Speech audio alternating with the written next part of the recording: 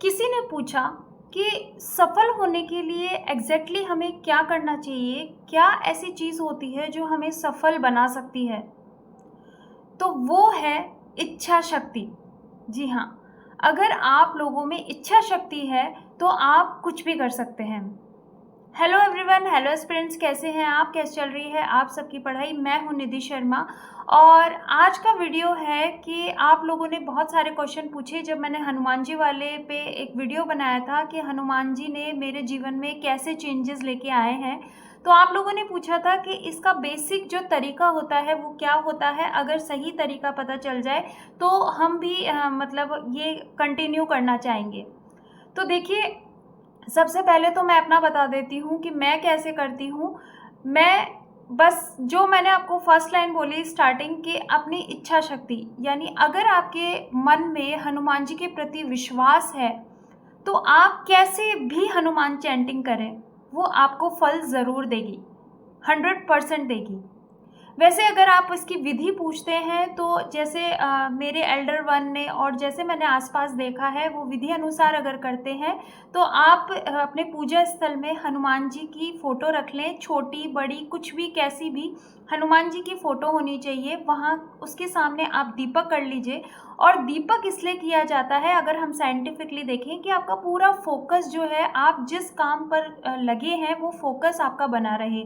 दीपक कर लीजिए और फिर उसके बाद में एक साफ मन से, स्वच्छ मन से हनुमान जी पर विश्वास करते हुए 7 हनुमान चालीसा लगातार पढ़िए। और अगर आपको ऐसे गिनने में नहीं आता तो आप काउंटिंग कीजिए, 1 2 3 4 5 6 7। इस तरीके से आपको 7 हनुमान चालीसा पढ़नी है।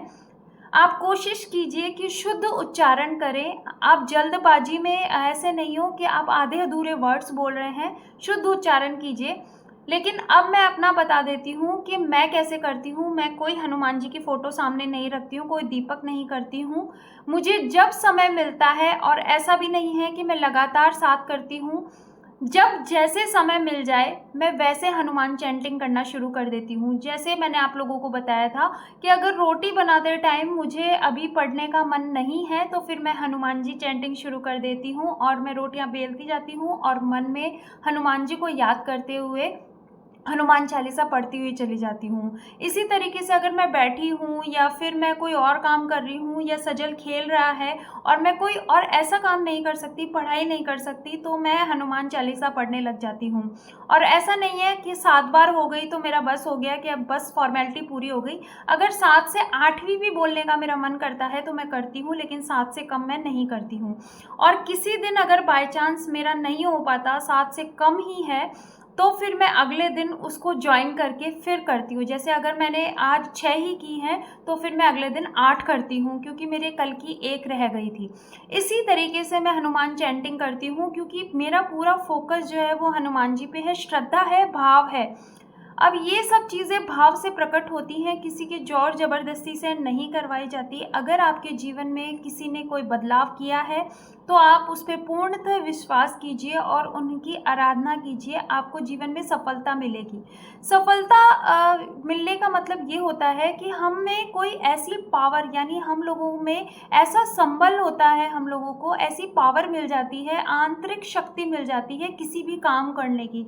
जब हम कोई काम करते हैं और हम किसी चीज़ पे पॉजिटिव फोकस करते हैं कि अगर हम उसको याद करेंगे तो ये हमारा जीवन ज़रूर बदलेगी, तो बस वही चीज़ है कि आप लोगों को उस पर पूर्णतः विश्वास करना है।